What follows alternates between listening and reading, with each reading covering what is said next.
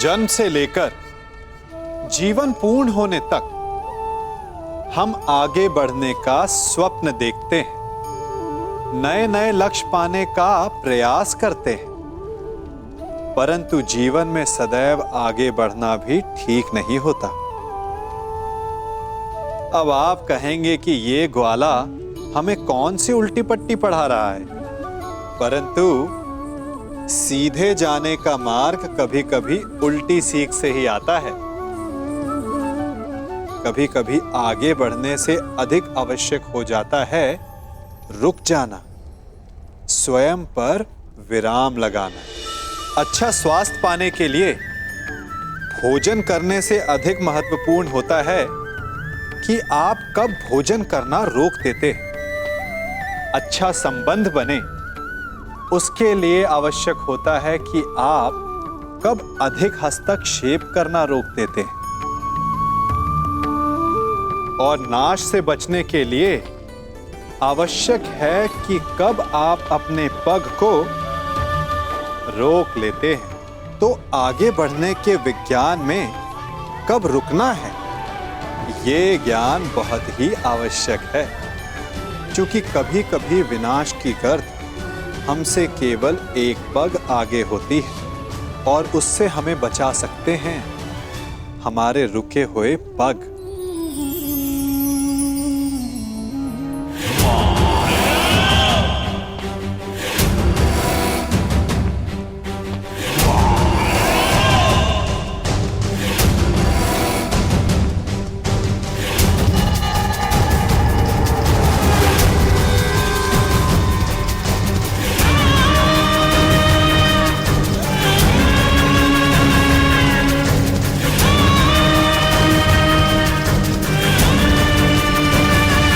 सम्राट,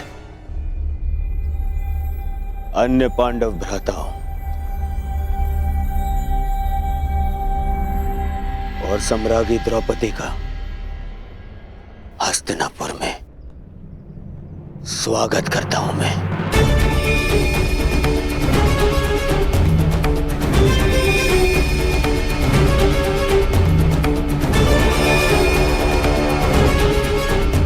इंद्रप्रस्थ में आपने स्मरणीय आतिथ्य किया। मेरा प्रयास रहेगा कि हस्तिनापुर का आपका यह प्रवास भी आपके लिए स्मरणीय हो।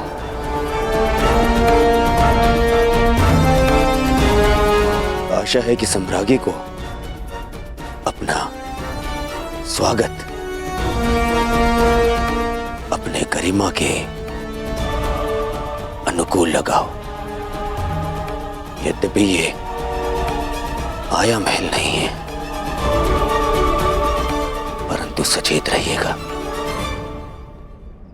हर महल का अपना एक माया जाल होता है। वो जाल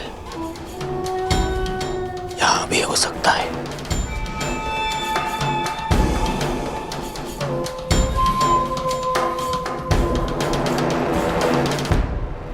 सावधान करने के लिए धन्यवाद युवराज। मकड़ियों की तो प्रवृत्ति ही होती है जाल बुनना, परंतु मनुष्य भी उन्हें एक ओर हटाकर आगे बढ़ते जाते हैं।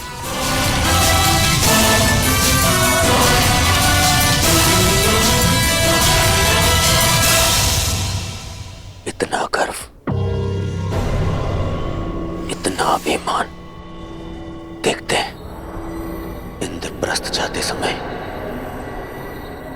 कितना गर्व और कितना अभिमान लेकर जाएंगे आप।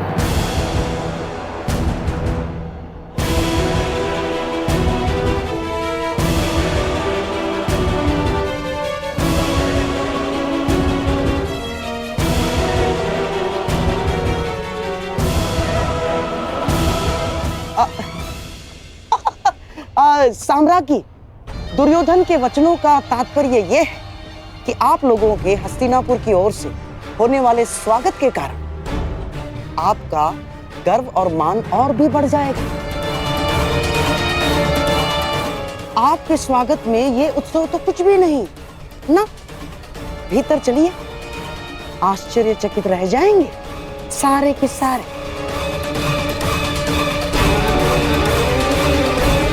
आइए आइए।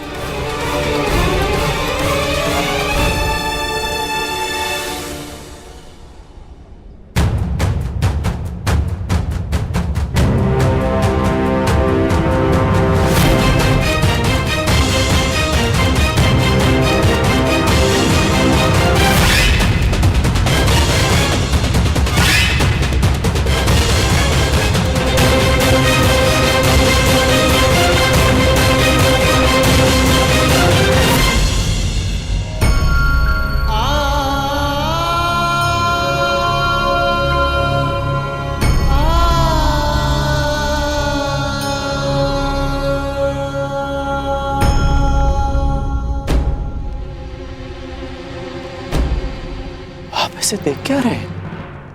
वृषाली का उपचार प्रारंभ कीजिए ना। उपचार लक्षण देखकर किया जाता है कर्ण। इसके लक्षण बता रहे हैं कि इसे किसी साधारण नाग ने नहीं डसा। अर्थात इसे किसी महाविषधर इच्छाधारी नाग ने डसा है और उसका केवल एक ही उपचार है, और वो उपचार ये है कि वो नाग स्वयं आकर वृषाली के रक्त से अपना विष लौटा ले।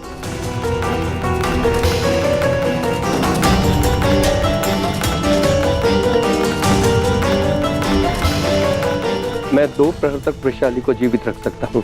तब तक उस नाग ने अगर अपना विष नहीं लौटाया तो मैं कुछ नहीं कर पाऊंगा। यदि ऐसा है तो आज उस इच्छाधारी नाग को अपनी इच्छा के विरुद्ध वृषाली का विष हरना होगा।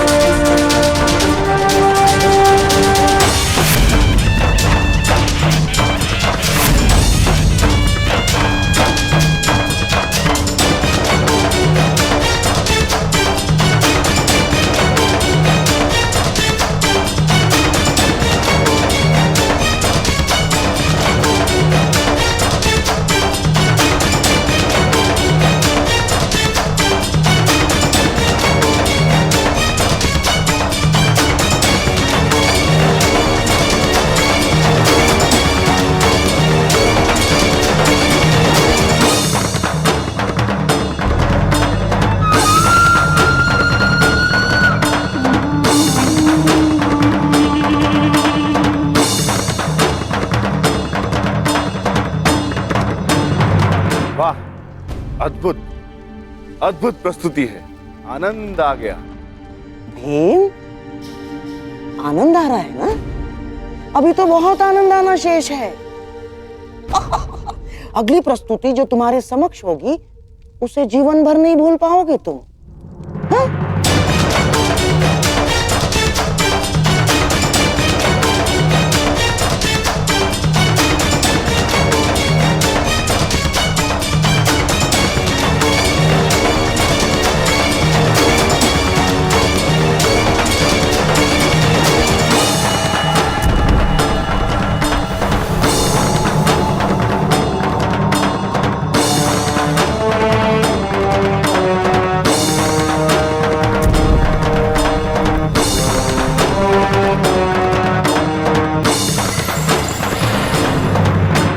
देखो पांचाली,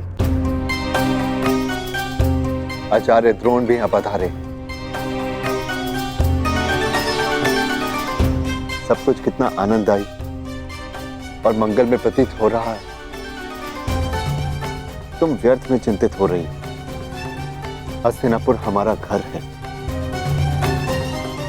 आचार्य द्रोण, विदुर काकाश्री और पितामह के रहते कुछ भी अनुचित नहीं होगा।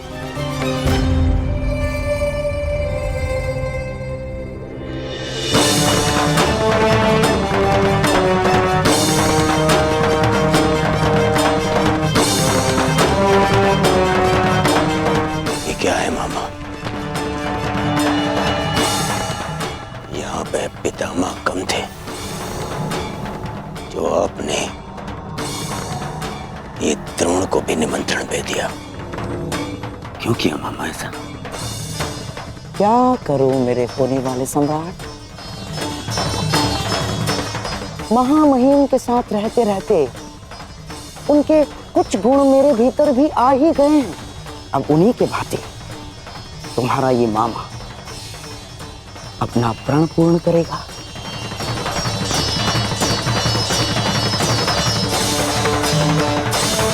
कुलवधु पांचाली का अपमान सारे कुल के समक्ष होगा। जितने भी पुण्यात्मा पांडवों के साथ रहे हैं आज तक, वो सब पांडवों का अपमान देखेंगे। और जिसने भी पांचाली के सर पर आशीर्वाद का हाथ रखा है, वो सारे हाथ बांधे खड़े रहेंगे और द्रौपदी का वस्त्र हरण देखेंगे।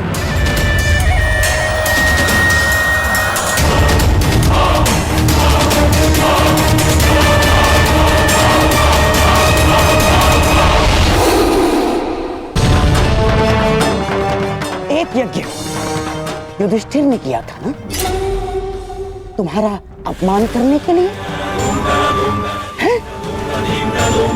और एक यज्ञ करेगा तुम्हारा मामा,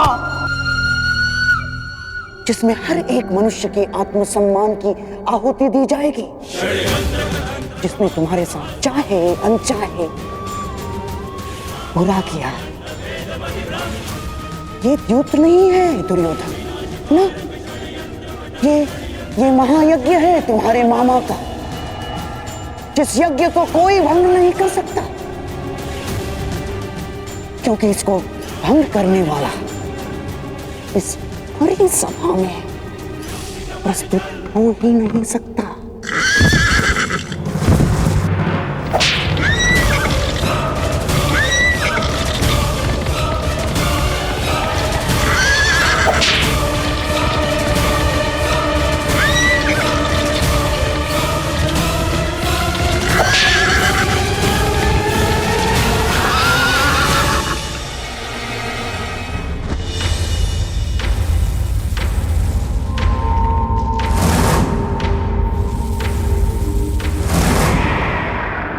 मैं आह्वान करता हूं कि जिस इच्छाधारी नाग ने रुशाली को डसा है, वो अभी इसी समय मेरे समक्ष प्रस्तुत हो और चलकर रुशाली के रक्त से अपना विष हर ले। अन्यथा वो अपने नाश का स्वयं उत्तरदायी होगा।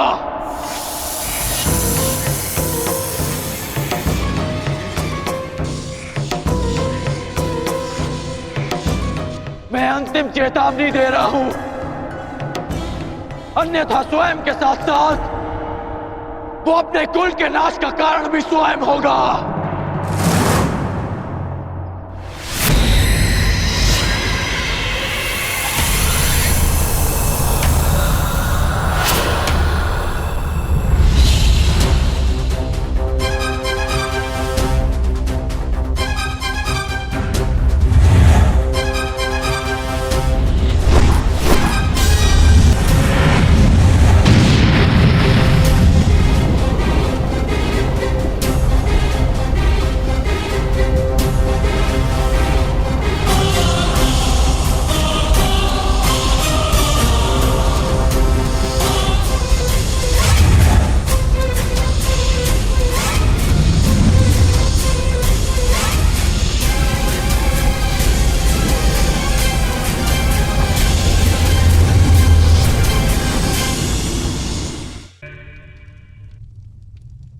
आशा है कि सम्राट को अपने स्वागत में की गई ये प्रस्तुति भाई होगी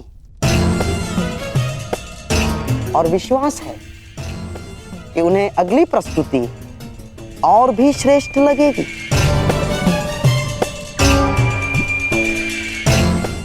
अब ना, अर्थात मेरे कहने का तात्पर्य यह है कि सम्राट के मनोरंजन के लिए द्यूत क्रीड़ा का प्रबंध हो गया है और महाराज धृतराष्ट्र की यह मंशा है कि आप द्यूत भवन की ओर प्रस्थान करें।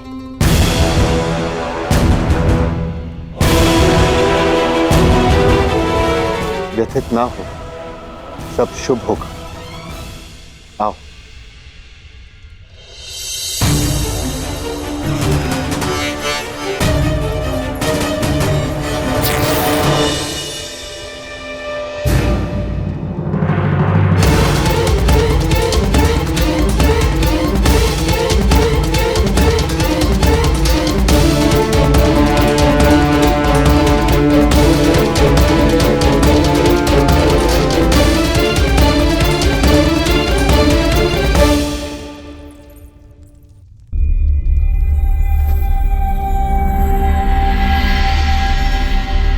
ये क्या हो गया? अब ये वस्त्र पहनने योग्य नहीं। पुत्री, मैं तुम्हें नए वस्त्र देती हूँ। आओ।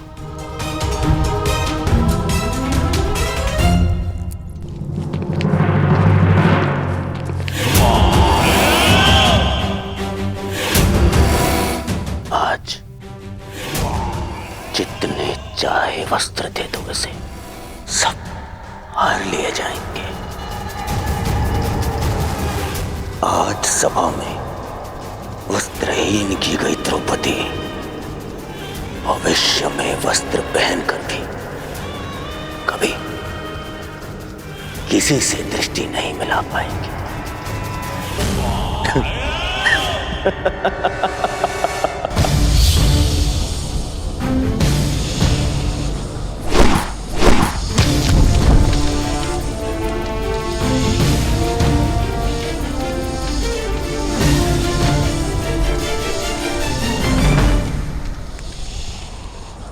मायावी सर्प, अंतिम अवसर दे रहा हूं। यदि तुम प्रस्तुत ना हुए तो मैं तुम्हारे सारे कुल की बलि चढ़ा दूंगा। संसार से सब जाति विलुप्त हो जाएगी।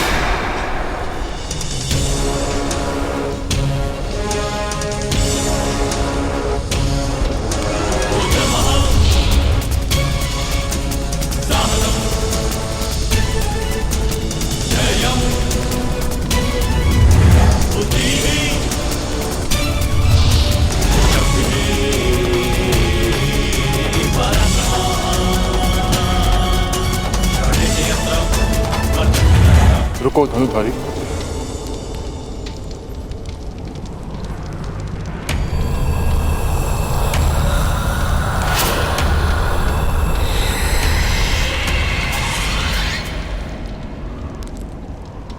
मेरे किए का दंड मेरे कुल को क्यों दे रहे हो?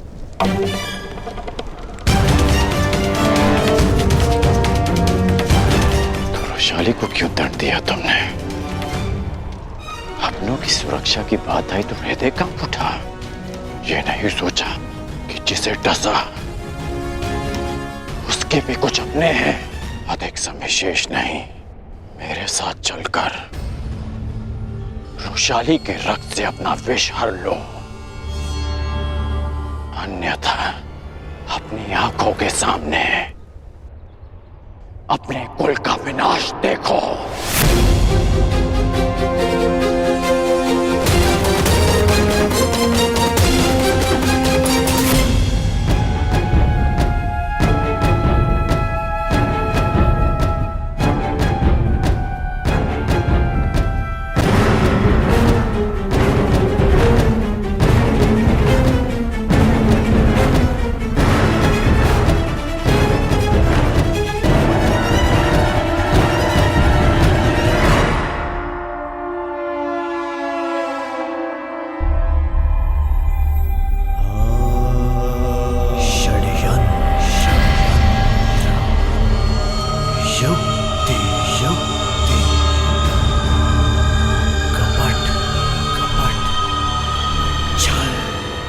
सम्राट की जय हो।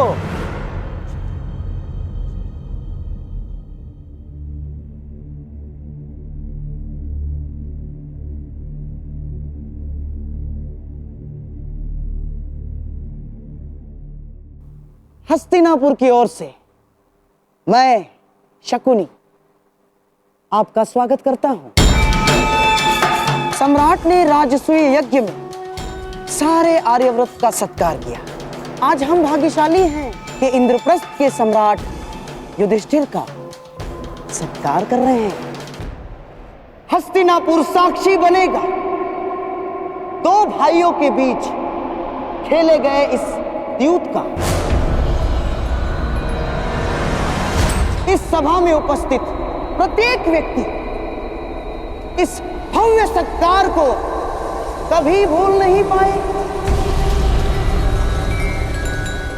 तो प्रस्तुत है आज तक के इतिहास की सबसे बड़ी, सबसे रोमांचक, मनोरंजक द्यूत क्रीड़ा। ऐसा खेल ना इससे पूर्व कभी खेला गया है, ना कभी खेला जाएगा। हम सबके जीवन का ये सबसे बड़ा खेल होगा।